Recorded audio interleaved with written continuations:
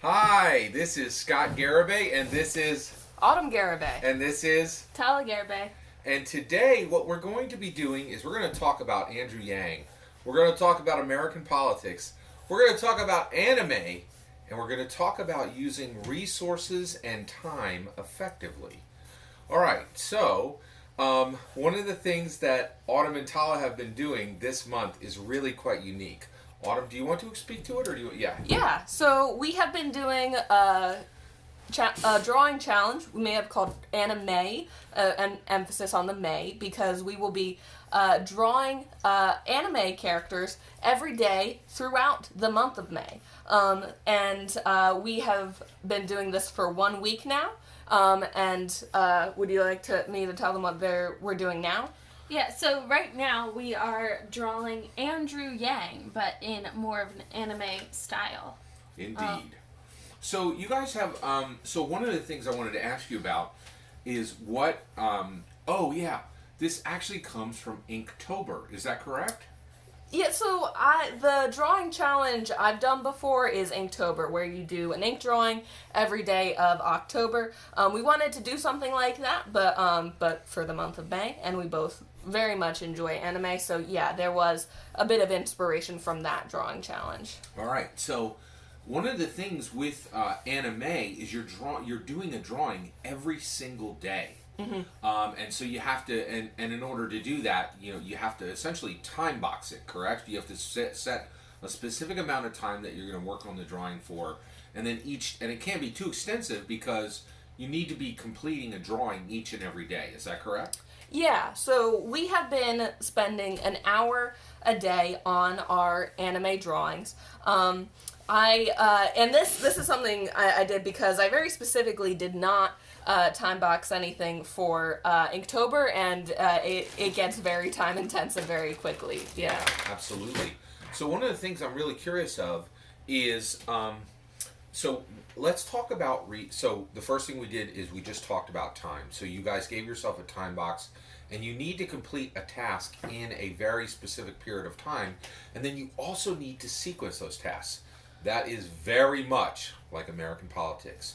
There are specific tasks that have to be done in specific windows of time, and if you miss them, the ramifications can be catastrophic. I think it was the state of, I think it was Connecticut, or I think it was Ohio. Andrew Yang's group actually missed some of the deadlines for Ohio, and they were not going to be on the ballot in Ohio, which was really, really crucially deadly. And in addition to that, the debates had the same thing where these specific goals had to be completed by this specific time, and some of them couldn't even be started before other windows. Mm-hmm. So each day when you got in order to complete your goal of anime of doing a drawing every single day, you have to plan, and you have to say, okay, in this period of time I'm going to do this drawing. And when we do the drawing, we're going to have 1 hour, and we need to complete that drawing within that hour. Can you talk to me about your experiences with when you go into that hour? Have you found that it's been challenging to complete the drawings each day? Did you have time left over? What was it like? Yeah, it's been different every day. I think we were challenged more to complete within the time frame at the beginning, and as we improve in our skills, we find that we have time left over. Is that what you found, Tala? Yeah, I definitely think it's not that we don't. A lot of the times, towards the beginning, we were able to finish in the time. But, as we got further in it, we were able to do more things. We were able to add color. Yeah. Yeah, definitely. Actually, that is absolutely fascinating because so you guys have not been really strained to complete the task within your time box, right? No. That's exactly right. One of the things that's really fascinating about Andrew Yang is he, of course, was really one of the most special, most unique candidates that really did such a fantastic job, and we were really excited to see him jump in. But one of the things that we found with all of this was that we had this issue of specifically where he had to complete. So the idea was that he would just talk to the people, and that was going to do the job, and there really wouldn't be a problem. He would be able to win the election by convincing the people. But when he got into it, he found that an election campaign is really incredibly difficult. You have to make a lot of donor calls. You have to make sure that your campaign staff are functioning and taking care of literally hundreds of tasks, scheduling, and all these kind of things, and that establishment candidates like Biden, they have machines. They have well-oiled machines, right, that are coming along and doing a ton of these tasks and just knocking them out seamlessly and having extra time, not feeling the strain that Andrew Yang felt as he was trying to get money, trying to get positions within the debate, trying to convince voters and be real on the trail, and to actually do a good job of adequately, really passionately reaching Americans. At the same time, he had all these minutia tasks, and he did talk in interviews afterwards, just saying that the reality was that all those extra minutia tasks were really, really straining his organization, and that not having that, down in the weeds political experience really hurt him, because the reality is reaching the people and talking to the people and being a person of the people really is a very small part of actually all that there is. So I will say, to tell the truth, I understand that you guys are actually a lot closer to Biden when it comes to drawing than it is to Andrew Yang. Neither one of you are really new to drawing. Would you agree or disagree with that? Very true. Yeah, we picked up crayons when we were, as soon as we could, and really never put them down. Yeah. So talk to me about, so we talked about time. Talk to me about the resources. What resources do you use when you do your drawings? Go right ahead. So we normally start with pencils like these, and then we'll go on to micron pens like these. Yeah, which are we could connect that as well. Our brother actually got Tala those, so they've almost been donated to us. Yeah. Wow. And we'll go in with color with either Sharpies or even like my nice, really nice Copic markers. Yeah, if we have time, sometimes we leave it black and white if that's what fits the style, or if like you said, we don't have time for that. I have some questions about these Copic markers. Yeah. So if I'm not wrong, that is absolutely top shelf material. Oh yes, right? Is absolutely. that correct? I've never bought any for myself, but Tala actually got these for herself, and I've been very blessed to be able to use them as well. Yeah. So how much can a single Copic marker cost? About $10. $10 for Yeah. it. Yeah, but it's less expensive when you buy them in a bunch. So if you buy them, much, yeah. If you buy in a bunch, they can go down to $5 to $3. Mm-hmm. But most people would say, $10 for a single marker is quite extravagant. Yeah. Now, I will say this: is when it comes to resources on the in the politics game, it is very much the same. You can buy a Sharpie for $1, or you can buy a Copic for $10. And what is that? What are they buying when they're actually out on the trying to get American voters to vote for them? Well, there's a lot that they're actually spending their money on, and they can get those at different levels of value. They can spend different amounts of money on that material. So some of the things are as simple as your bus, right? The bus you arrive on. And actually, I remember Andrew Yang specifically, they were driving them around in a car, right? And so you can do a bus. That is helpful in some ways. I think the bus is going the way of the dodo at this point, and a lot of people are using air travel on the campaign trail. Do you go economy class? Do you use a Learjet? All those kind of things. And being able to move around the country very, very quickly. Transportation is not even remotely cheap. It can be very, very dramatically expensive. Mm-hmm. So that's just one thing that you can spend your resources on. When you get to these events, there are handouts and flyers and posters. And it's not just one poster. Many American presidential nominees have 10, 20, even 30 designs that are being printed up at different sizes, and they can be flipped, and they're double-sided. And you want them to have some durability because they need to be able to last for the entirety of the event. Yard signs, all these kind of things are outrageously expensive, and these are real resources that cost real money and have to be shipped and have to be managed in a just-in-time way. So the resources that are needed in a national in a national run for the U.S. presidency is incredibly expensive. It is very, very difficult to have the right things. And just like my daughter Tala enjoys the finest markers, $10 per Copics, I think most candidates, they want the best they can have. And that comes to the real most expensive thing you're going to get, and that is your staff. Experienced staff, smart staff, incredibly effective staff that will not just yes man you, staff that will actually do their job, push against you when you need to be pushed against, protect you from images that you don't want getting out, be able to give you privacy when you need privacy.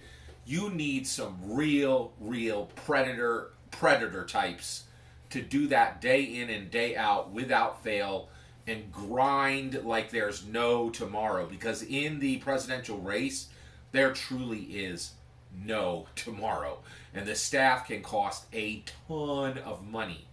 One of the other things that's strange is in the political game they do call them resources. Even though they are a human being, they are being purchased, they are being brought in to do a specific task. And of course I think all of the campaigns try to treat their staff like human beings, but they are very, very directly a resource. And they can be replaced quite quickly. And actually, Andrew Yang did some replacing of the staff that he had as he was running through quite a bit. So it was really, really important that they actually used the right materials. So here we can see, if you take a look, you can see that both Autumn and Tala are starting, their pictures are starting to come together. Can you talk a little bit about your process as far as, I saw you've used two different types. Can you give me an example?